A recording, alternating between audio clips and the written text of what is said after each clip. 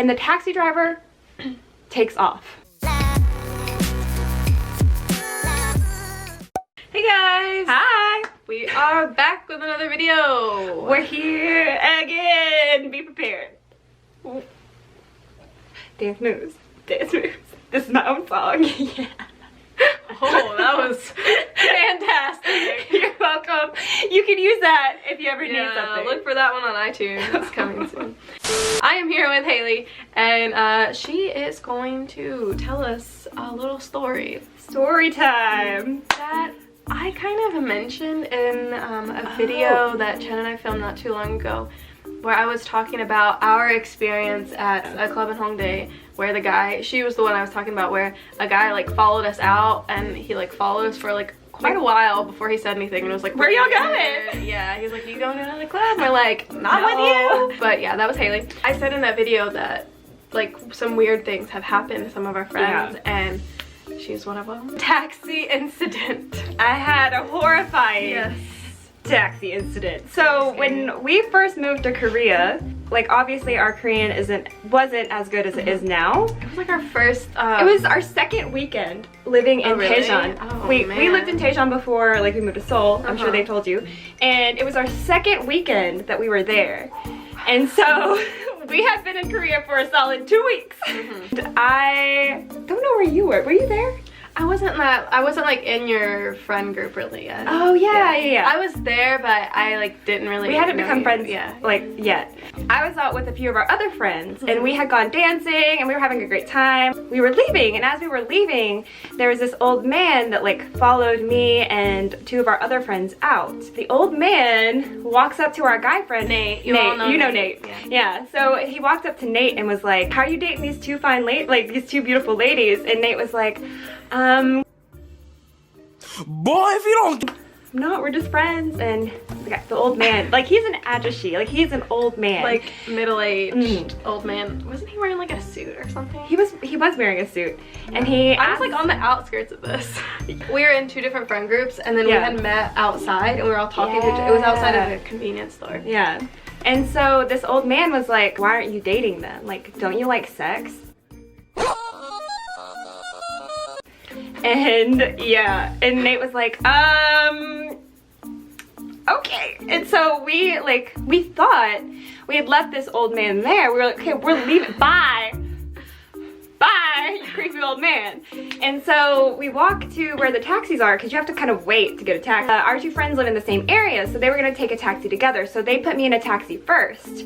At this point in living in Korea, I didn't actually know how to get to my house without using my ARC card, which is like your identification card in Korea, and it has your address on the back. So I give this to the taxi driver for him to put it into like his GPS. And while he's doing that, this creepy old man gets into the front of the taxi. He literally sits next to the taxi driver, and the taxi driver takes off. Oh, hell no! Okay. With this old man in the front seat of my taxi with me in the back.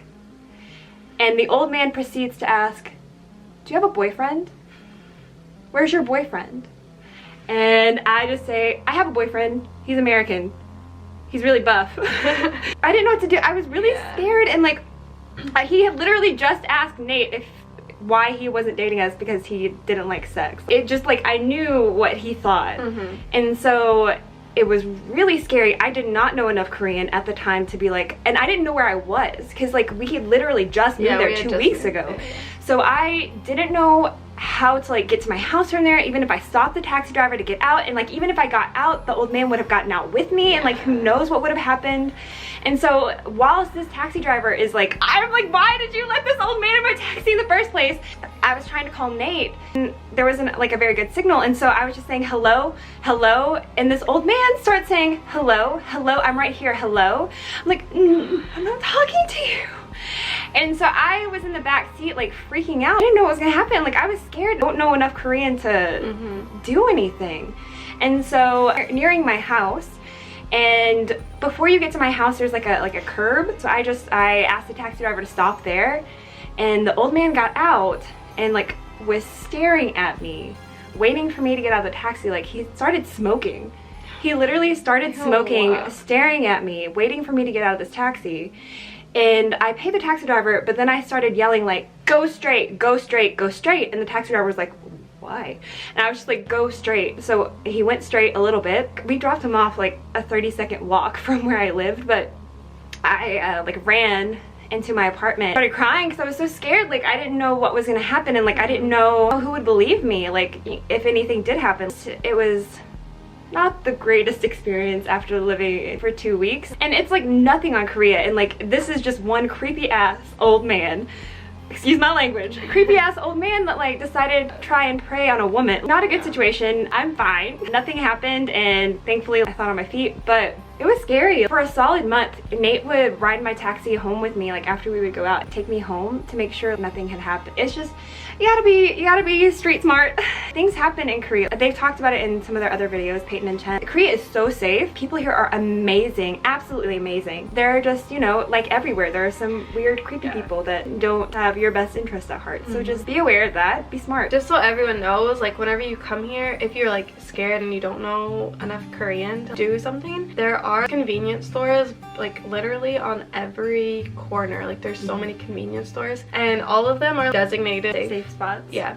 So if you do feel unsafe, or like if you feel someone's like following you, or you are in a situation like that, and if she had freaked out and like got out and he had got out too, because convenience stores are always around and they're all like open 24 hours, you can go in there. A lot of times it's just like high schoolers working there, but they are still like supposed to be trained helping you, calling the police, and like they would have to like stay with you there. Just like putting it out there that I feel like that's basically the only place really that is like open all the time that you could like go ask. And I didn't know that at the time. Yeah, so PSA. Yeah. For your awareness. Yeah, it's just like a really scary situation. I was scared for a solid month. I still went out, but I was scared he would be on the street corner like waiting for me to walk past. The sad fact is that whenever you are in a foreign country, because we're foreigners, even if something bad does happen and you call the police, it's not always a given that they're going to listen to your side of the story because you're the foreigner. You can't really defend yourself. Yeah, like, and that happens in every country. In the States, I'm sure that happens all the time. The person who's not from that country and like doesn't really speak the language, that is something that you have to think about whenever you are here. And not to say that like the police here are bad. I've